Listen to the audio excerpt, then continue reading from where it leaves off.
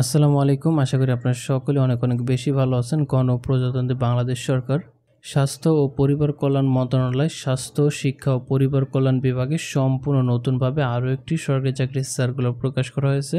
যে সার্কুলারটিতে বলা হয়েছে বাংলাদেশের সকল জেলা থেকে নারী এবং পুরুষ উভয় প্রার্থীগণ অনলাইনের মাধ্যমে আবেদন করতে পারবেন। পাশাপাশি এসএসসি পাস থেকে শুরু করে এসএসসি, এইচএসসি, স্নাতক, মাস্টার্স ডিগ্রি পাশে আবেদন করার সুযোগ রয়েছে। সো এই ভিডিওটির মাধ্যমে নতুন এই সার্কুলারটি সম্পর্কে আমরা বিস্তারিতভাবে দেখে নেওয়ার চেষ্টা করব।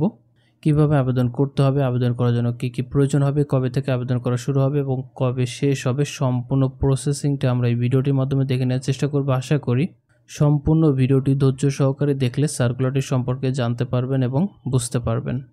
আপনি যদি আমাদের ইউটিউব চ্যানেলের নতুন দর্শক হয়ে থাকেন তাহলে অবশ্যই চ্যানেলটি সাবস্ক্রাইব করে পাশে থাকা বেল বাটনটি অল করে রাখুন, যাতে করে প্রতিনিয়ত আপডেট সকল চাকরির সার্কুলার পেয়ে যান সবার আগে। এবং অলরেডি যারা সাবস্ক্রাইব করেছেন তাদেরকে অসংখ্য ধন্যবাদ আমাদের সাথে থাকার জন্য।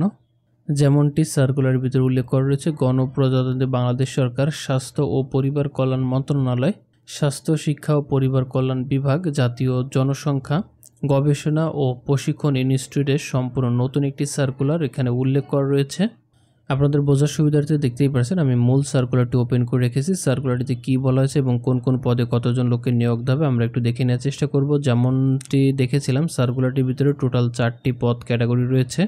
যেমন 4 নম্বর রয়েছে অফিস সহায়ক, যেখানে 5 জন লোককে নিয়োগ দেওয়া হবে এবং 20তম গ্রেডে 8,250 টাকা থেকে 20,010 টাকা পর্যন্ত বেতন প্রদান করা হবে। শিক্ষাগত যোগ্যতা হিসাবে এসএসসি সমমানে পাশ করে থাকলে কিন্তু আবেদন করতে পারবেন। এবং 3 নম্বর রয়েছে প্রধান সহকারী, 14তম গ্রেডে 24,680 টাকা পর্যন্ত বেতন প্রদান করা হবে এবং 5 জন লোককে নিয়োগ দেওয়া হবে।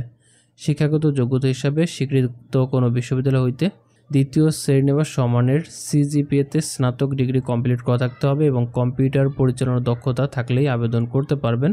2 নম্বর রয়েছে 60 মুদ্রাক্ষরিক কাম কম্পিউটার অপারেটর, 14তম গ্রেডে 24,680 টাকা পর্যন্ত বেতন প্রদান করা হবে। শিক্ষাগত যোগ্যতা হিসাবে স্নাতক সমমানের ডিগ্রি পাস থাকতে হবে। কম্পিউটার ব্যবহারের দক্ষতা এবং মন্ত্রণালয় বা বিভাগের সংযুক্ত অধিদপ্তর, পরিদপ্তর এবং দপ্তরের কমন নিয়োগ বিধিমালা 2019-এর তফসিল 2 ও 3 অনুযায়ী গৃহীত পরীক্ষা উত্তীর্ণ থাকতে হবে। তবে এই 2 নম্বর পদের ক্ষেত্রে শুধুমাত্র বিভাগীয় প্রার্থী যারা রয়েছেন তাদের বয়সসীমা সর্বোচ্চ 40 বছর পর্যন্ত আবেদন করতে পারবেন। এবং সর্বশেষ 1 নম্বর রয়েছে ডাটা অ্যানালিস্ট, যেখানে 14তম গ্রেডে 24,680 টাকা বেতন প্রদান করা হবে। 2 জন লোককে নিয়োগ দেওয়া হবে। সর্বোচ্চ বয়সসীমা 32 বছর পর্যন্ত প্রার্থীগণ আবেদন করতে পারবেন। শিক্ষাগত যোগ্যতা হিসাবে কোনো স্বীকৃত বিশ্ববিদ্যালয়তে স্নাতক সমমানের ডিগ্রি কমপ্লিট করা থাকতে হবে এবং কম্পিউটার ব্যবহারের সংক্রান্ত word processing, data entry, control operator যারা রয়েছে যাবতীয় সকল কাজের অভিজ্ঞতা থাকতে হবে। পাশাপাশি টাইপিংয়ে বাংলায় প্রতি মিনিটে 25 শব্দ এবং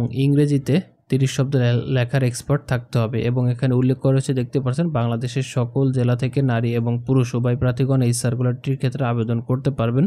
যদিও সার্কুলারটি ছোট দেখতে পাচ্ছেন, টোটাল 13 জন লোককে নিয়োগ দেওয়া হবে, তবে এই সার্কুলারটির ক্ষেত্রে বাংলাদেশের সকল জেলা থেকে আবেদন করার সুযোগ রয়েছে।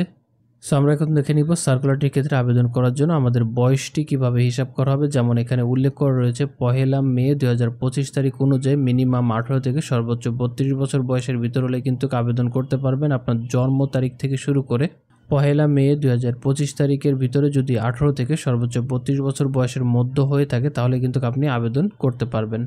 সো যেমনটি দেখেছিলাম সম্পূর্ণ আবেদনটি আমাদেরকে অনলাইনের মাধ্যমে সাবমিট করতে হবে। এখানে উল্লেখ করা রয়েছে 25 মে 2025 তারিখ সকাল 10টা থেকে আবেদনের কার্যক্রম শুরু হয়েছে এবং আবেদনটি সাবমিট করার লাস্ট ডেট 25 জুন 2025 তারিখ বিকাল 5টা পর্যন্ত সময় দেওয়া হবে অনলাইনের মাধ্যমে আমাদেরকে আবেদনটি সাবমিট করার জন্য। কিভাবে আবেদনটি সাবমিট করতে হবে এই প্রসেসিংটা আমরা এই ভিডিওটির মাধ্যমে দেখে নেওয়ার চেষ্টা করব।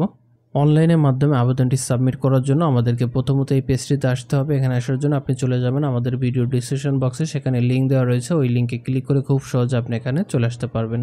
এই পেজটিতে আসার পরে আবেদনটি সাবমিট করার জন্য ক্লিক করতে হবে application form, click her to apply online, এই বাটনটিতে আমাদেরকে ক্লিক করতে হবে। সার্কুলার ভিতরে যে 4টি পদ দেখেছিলাম সেই পদ ক্যাটাগরি আমাদের সামনে ওপেন হয়ে যাবে। আমরা যে পদটিতে আবেদন করতে চাই পদের উপরে ক্লিক করে নেক্সটে দিলে কিন্তু আমাদেরকে আবেদন ফর্মটি দেওয়া হবে। সো দেখতেই পাচ্ছেন আমাদের সামনে অলরেডি আবেদন ফর্মটি চলে আসছে। এই আবেদন ফর্মটি আমাদেরকে ফুলফিলভাবে, নির্ভুলভাবে সার্টিফিকেটের সাথে মিল রেখে পূরণ করে তারপরে সাবমিট করে দিতে হবে। এবং আবেদনটি সাবমিট করে আমরা যদি পেমেন্টটি কমপ্লিট করে দিই তাহলে সম্পূর্ণরূপে আমাদের আবেদনটি সাবমিট করা হয়ে যাবে। সো আশা করি আপনি আপনার আবেদনটি এবং পেমেন্টটি খুব সহজেই কমপ্লিট করতে পারবেন। আর যদি কোনো প্রবলেম হয় কমেন্ট করে জানাবেন, সমাধান করতে চেষ্টা করব। আজকের মতো ভিডিওটি এখানেই শেষ করছি। আবারও ফিরে আসবো নতুন কোনো চাকরির সার্কুলার নিয়ে। তত সময় ভালো থাকবেন। আল্লাহ হাফেজ।